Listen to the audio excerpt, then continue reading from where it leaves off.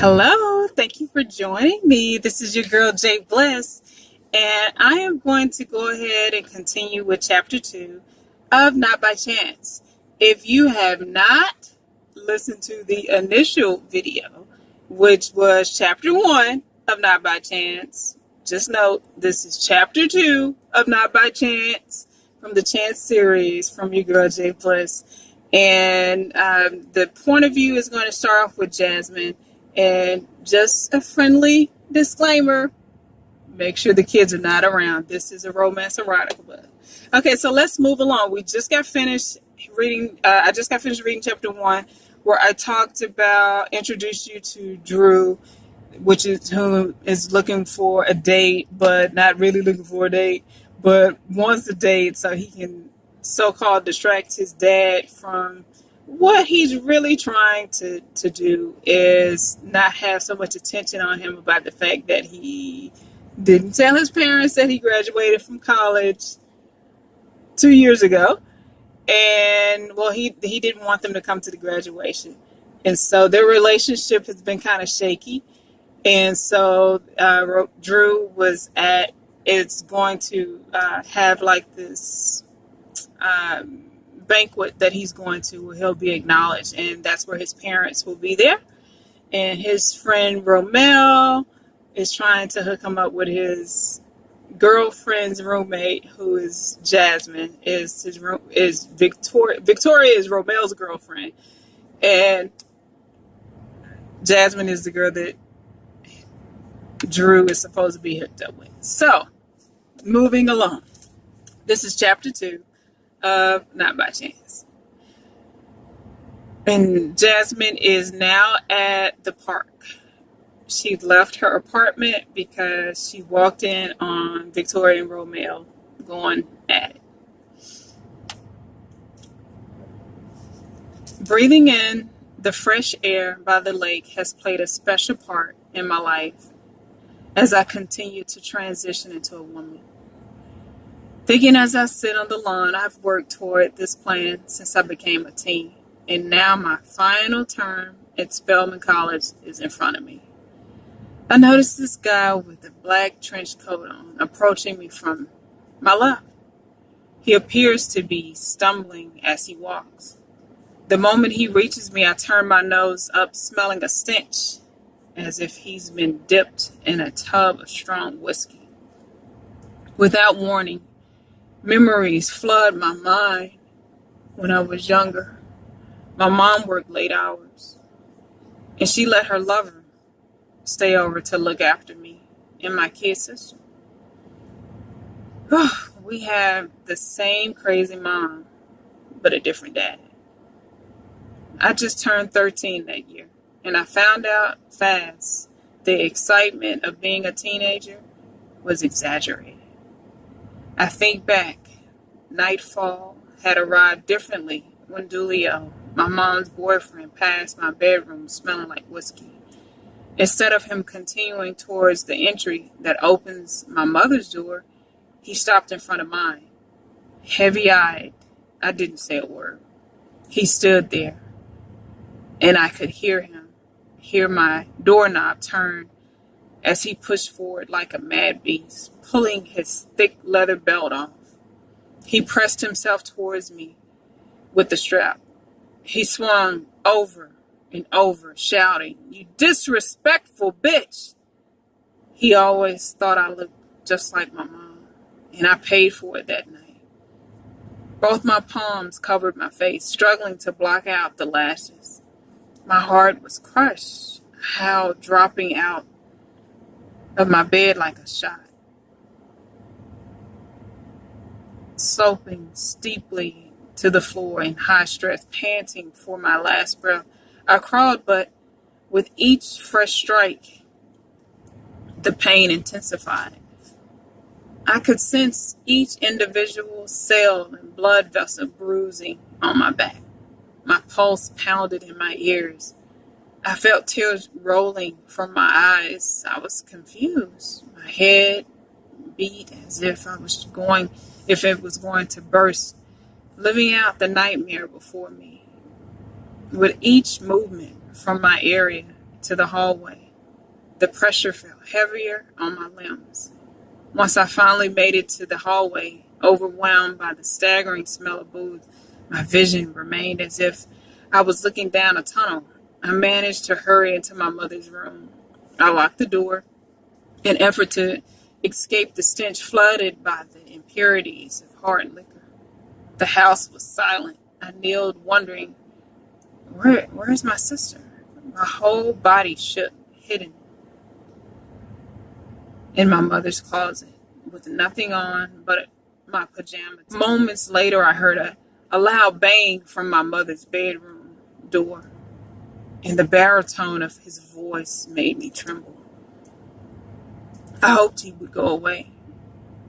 I was a nervous wreck, thinking of my sister being abused. As the sounds of him hitting the door became stronger and deeper, I believed only the worst could happen. What if he beat her? What if he killed her? The wind screamed as the raindrops fell. I managed to focus straight. I could get away by going out the window. Without considering any further, I leaped across the bed in the pitch black room. I made it out the shadow of his toes beneath the door. I halted in total disbelief, imagining the risk of him rushing through the entry and seeing me trying to escape. I remained there in shock. He stopped beating the door. I didn't hear no noise beyond my breathing. My thought was focused on getting my baby sister help. I realized at that moment the only way I could save her was to leave. My mom's house shoes laid on the floor right next to me. I slipped my feet into her shoes and started for my exit. My hands trembled as the time stood still. It felt like a decade passed, just trying to get the latch on the window to unlock. Finally, it unlocked, and I curled my fingers enough to cuff the window and pulled. It appeared the rain fell harder and harder with each step I took looking for safety. I ran until I stopped in front of a home with the light beaming from the porch. It was our neighbor, 2 houses away. Slowly, I walked to the door of my neighbor, Miss Marcia Tompkins. I was embarrassed and didn't know what to say. How could I explain why I stood outside her house in nothing but a long t-shirt and oversized muddy slippers? I turned around and looked at my house. Lightning struck. At once, I ran to the entry and beat the door until the door opened, and there stood Mrs. Tompkins, frantically looking at me. I shivered, trembling, trying to get the words to come out of my mouth, but I could not utter a word. Instead, Miss Tompkins grabbed me out of the rain and pulled me into her house. She attempted to escort me to her living room, but her touch brought on a hurting sensation. As she attempted to place her hand upon the side of my stomach, I fell to the floor. She got me a few towels, blankets, and an ice pack to put upon my crimson face. I nervously asked her to call the police, and out of nowhere appeared her son, Franklin. He was in my homeroom class. I cried and cried for her to call the police because my sister was still in the house. After that, I don't remember what happened, but I do remember going back to my house with a police officer, and my mother was there. I remember thinking my mother would embrace me, but she didn't. Instead, I overheard her talking to the police as if I wasn't there.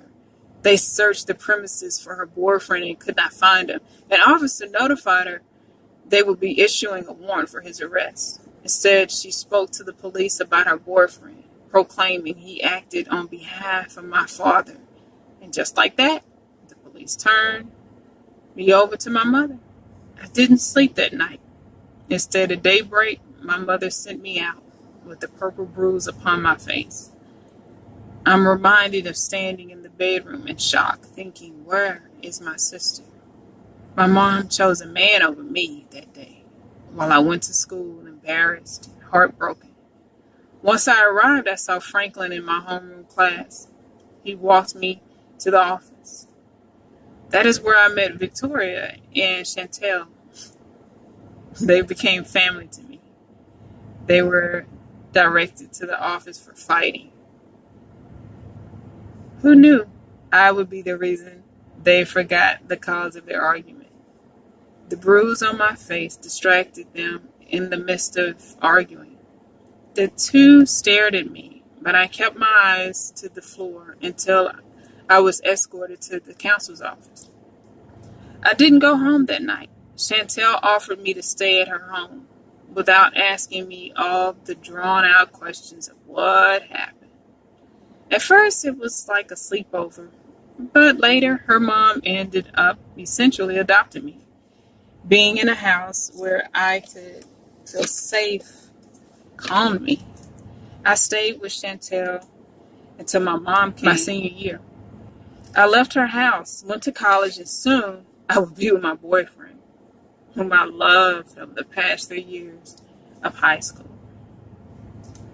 It turns out I would endure more heartache from my high school sweetheart. I spent the next 4 years battling against having to return home, only to walk into making more poor choices. My boyfriend cheated on me. On our wedding day, I walked in on him screwing some Italian slut. I never saw her face, just the butterfly heart tattooed on her right shoulder blade. My thoughts break as a loud siren from a police car passes, jarring me back into present time. It is a relief to not be where I used to be anymore. Deciding to focus only on me has been a great decision. For the past 6 months, I managed to pull up my GPA to a 3.3. Now that I'm free of my cheating ass boyfriend, I'm prepared to graduate with only one final exam left to take. Whew.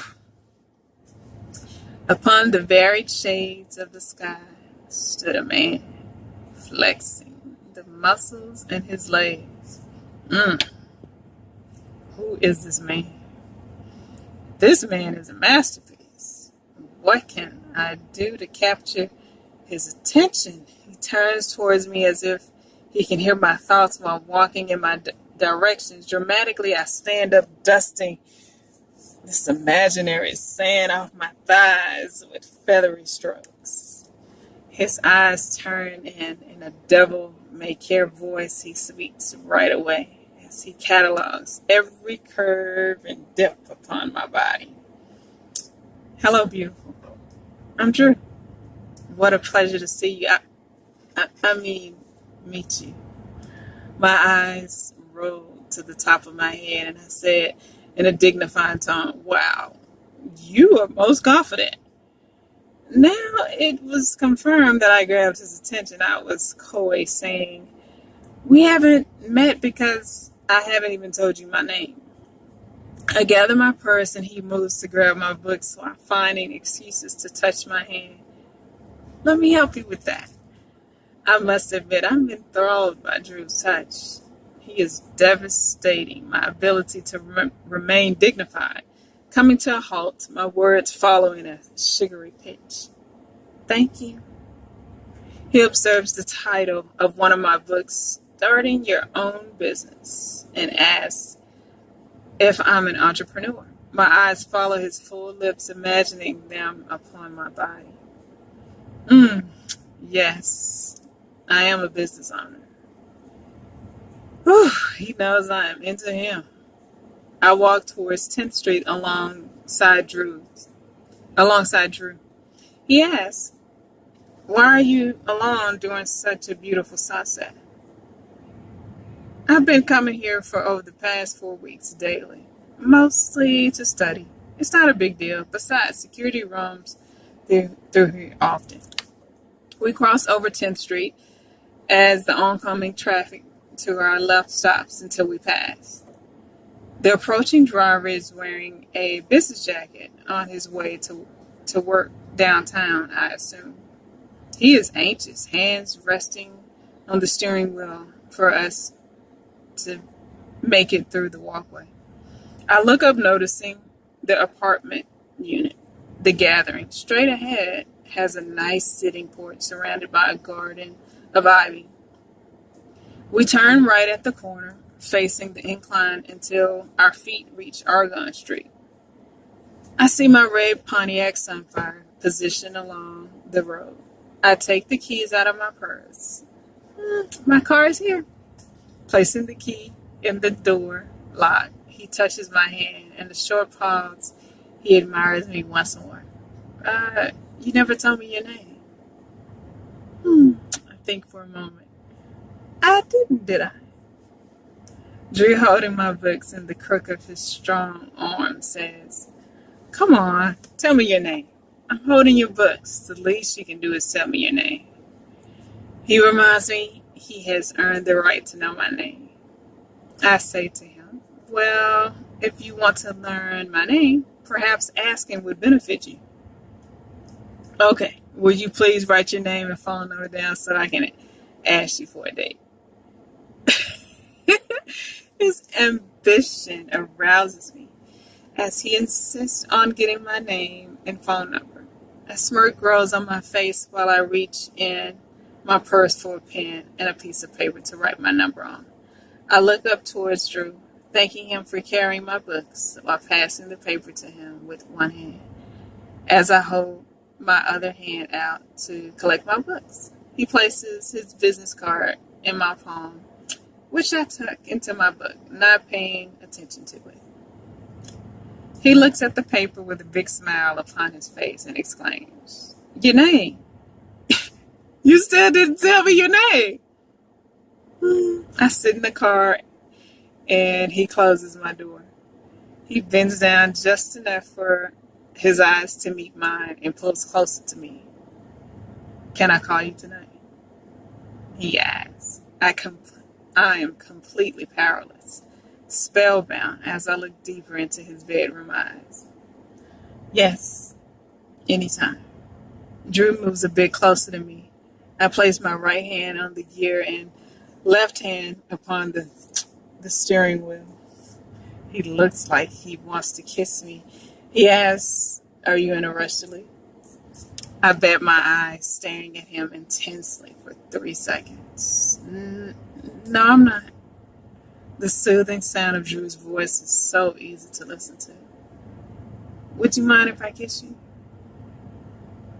He is such a charmer, wooing me with his words. With a smile, cocking my head to the side, I respond, "We don't know each other. I don't just kiss people I don't know." At that exact moment, he interrupts my speech with his firm lips that tells me that he knows what he wants. Persuaded by his kiss, I continue to kiss him back. His soft lips caress me as I taste his warm tongue. My mouth opens with a soft moan of bliss and a deep, dark chocolate. Hypnotic, smooth tone, Drew says, "I'm very attracted to you." I pull in reverse, resting my head back on the seat of my car. Whew. My focus is no longer on driving, yet my interest in riding Drew becomes a pleasant thought. I push the gear forward to park. Suddenly, I remember I was kissing someone I did not know and push the gear back in reverse as if Drew were on fire. He jumps away from the car and put his palms on top of his head. "I'm sorry," he shouts in a stifled voice. "That wasn't right. It felt right." "It's okay."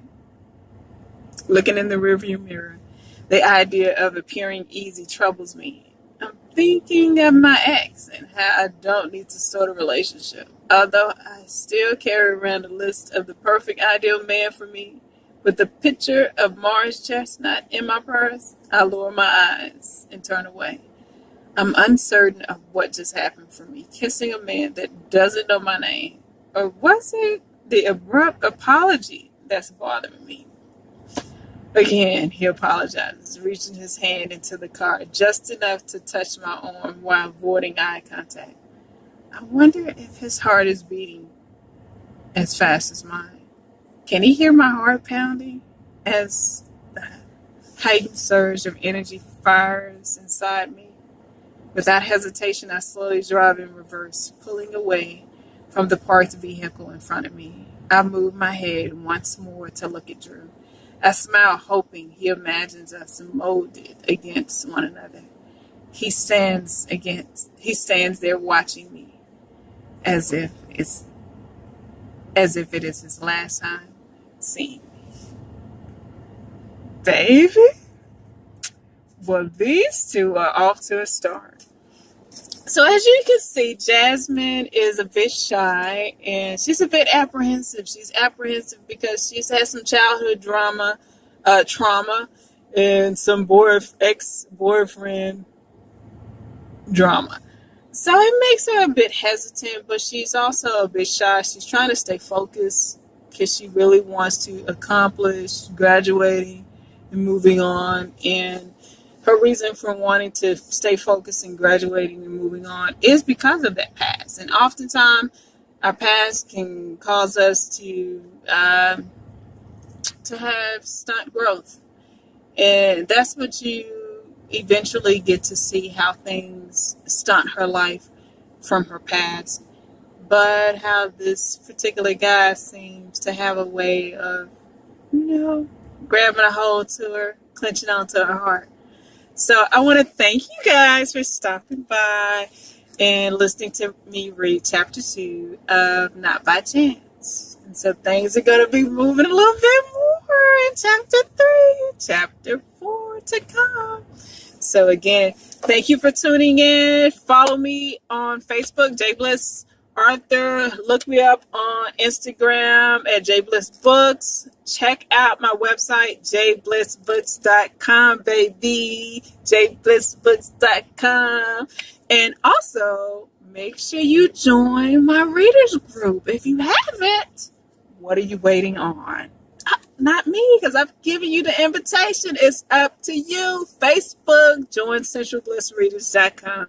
And I'll be looking out for you. Get some prizes that I'm be giving out this week and just having a lot of fun with the group. So,